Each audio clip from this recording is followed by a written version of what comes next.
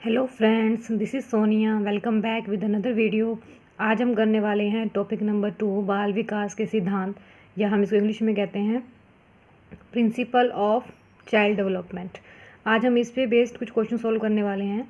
उसमें क्या होगा कि हम जो 20 क्वेश्चंस तो वो करेंगे जो इस चैप्टर से रिलेटेड होंगे, और उसके बाद 6 क्वेश्चन वो होंगे जो आपके प्रीवियस एग्जाम्स में आए हुए हैं।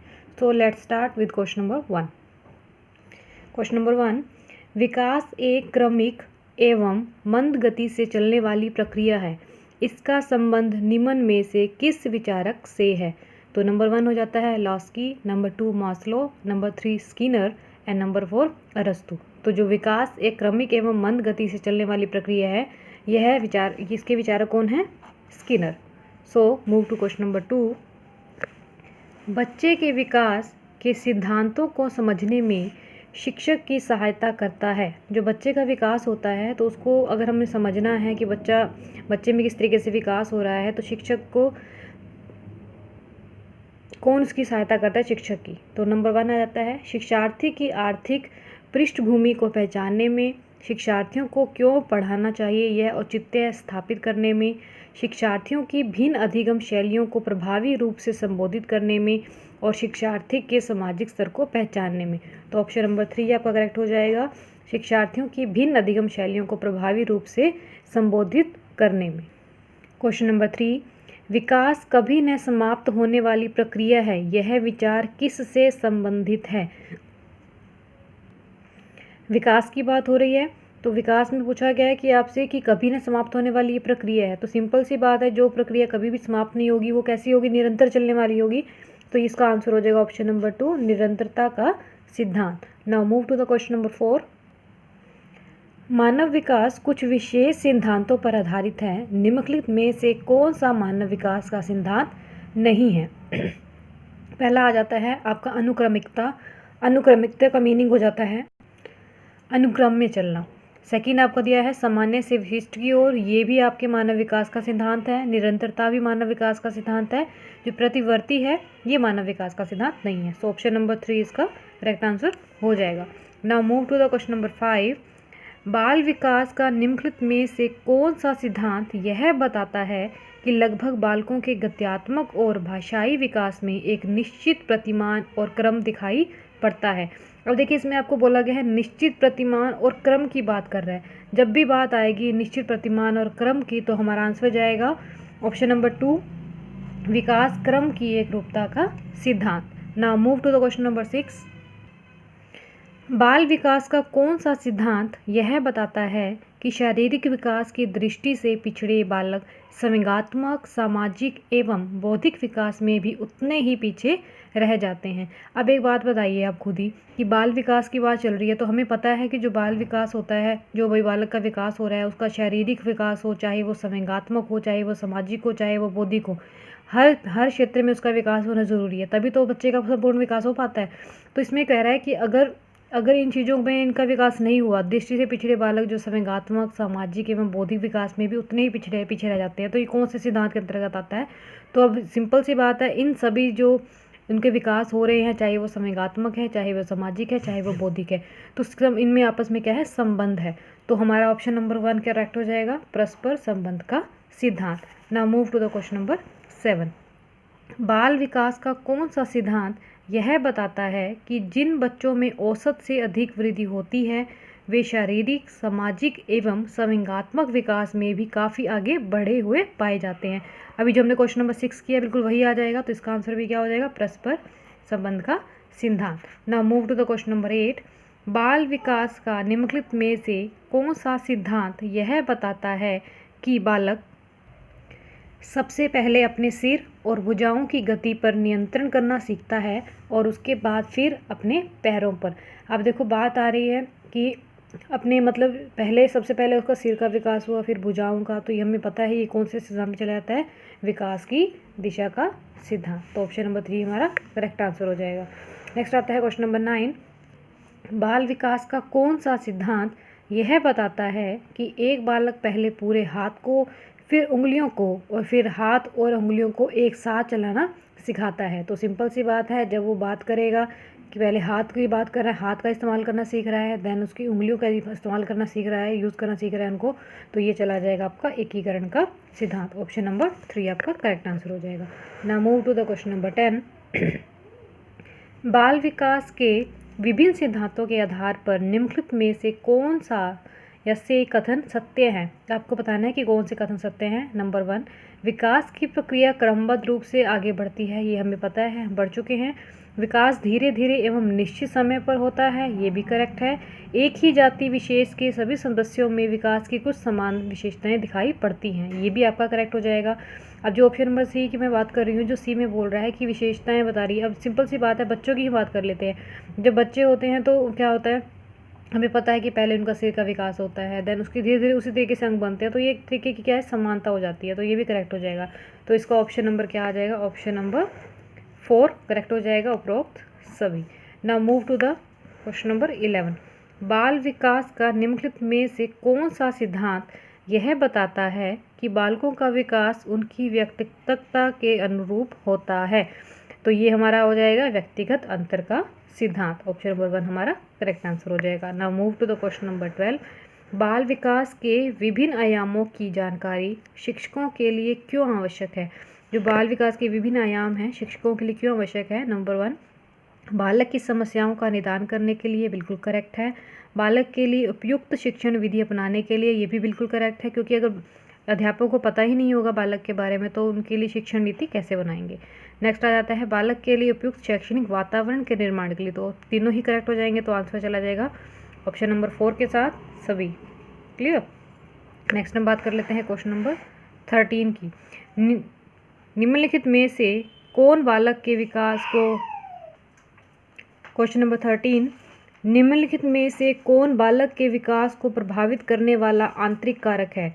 तो अगर हम बालक को प्रभावित करने वाले आंतरिक कारक की बात कर रहे हैं तो जो बुद्धि है वो भी हमारे आंतरिक कारक को प्रभावित करती है। शारीरिक कारण ये भी करते हैं, आनुवांशिक गुण ये भी करते हैं, तो आंसर क्या चला जाएगा ऑप्शन नंबर 4। क्लियर। तो इसका ऑप्शन नंबर 4 क्या हो जाएगा, करेक्ट हो जाएगा। Now move to the question number 14। निम्नलिखित में से कौन बालक के विकास को प्रभावित करने वाला बाह्य कारक है। बाह्य कारक का मतलब हो जाएगा जो बाहरी कारण हो सकते हैं। नंबर 1 है आपका आर्थिक स्थिति करती है, सामाजिक स्थिति, हमारे समाज में क्या हो रहा है ये घटनाएं भी हमें क्या करती हैं, उनके विकास को प्रभावित करती हैं। जीवन की घटनाएं, उनके जीवन में जो घटनाएं होती हैं वो भी उनको प्रभावित करती हैं, तो ऑप्शन नंबर आपका 4 क्या हो जाएगा, करेक्ट हो जाएगा। Now move to the question number 15। शिक्षण बाल मनोविज्ञान के ज्ञान द्वारा बच्चों की, जो शिक्षण बाल मनोविज्ञान के ज्ञान के द्वारा बच्चों की क्या, इसमें पूछा गया है जो नंबर ए, बुद्धि तथा रुचियों की जानकारी लेकर शिक्षा देता है, प्रकृति को जानकर शिक्षा देता है, आर्थिक स्थिति तथा पारिवारिक स्थिति की जानकारी लेकर शिक्षा देता है। तो ये तीनों ऑप्शन ही करेक्ट हो जाएंगे, तो हमारा आंसर क्या हो जाएगा, ऑप्शन नंबर 4 उपरोक्त सभी। अब now move to the question number 16। शिक्षा मनोविज्ञान एक विज्ञान है, मानव व्यवहार का विज्ञान है, मानव सिद्धांतों का विज्ञान है, शैक्षणिक सिद्धांतों का विज्ञान है, मानव की व्यक्तिगत विभिन्नताओं का ज्ञान है। तो ये इसका उत्तर आ जाएगा मानव व्यवहार का ज्ञान है। Now move to the question number 17। बाल मनोविज्ञान में अध्ययन किया जाता है बालक के जन्म से लेकर बाल्यावस्था तक का, बिल्कुल गलत। बालक के जन्म के पूर्व गर्भावस्था से लेकर किशोरावस्था तक, ये भी आपका करेक्ट है। बालक के जन्म से लेकर प्रौढ़ावस्था तक और बालक के जन्म से लेकर युवावस्था तक। अगर हम बात करते हैं बाल मनोविज्ञान की, तो नाम में ही बाल लगा हुआ है, बाल का मतलब बालक की बात हो रही है, तो हम बालक की बात करेंगे कहाँ से, बालक के जन्म से लेकर उसके किशोरावस्था तक। Question number 18। बाल मनोविज्ञान का अध्ययन निम्नलिखित में से किसके लिए सर्वाधिक आवश्यक है। जो बाल मनोविज्ञान का हम अध्ययन करते हैं सबसे ज़्यादा किसके लिए इम्पोर्टेंट है पूछा गया आपसे।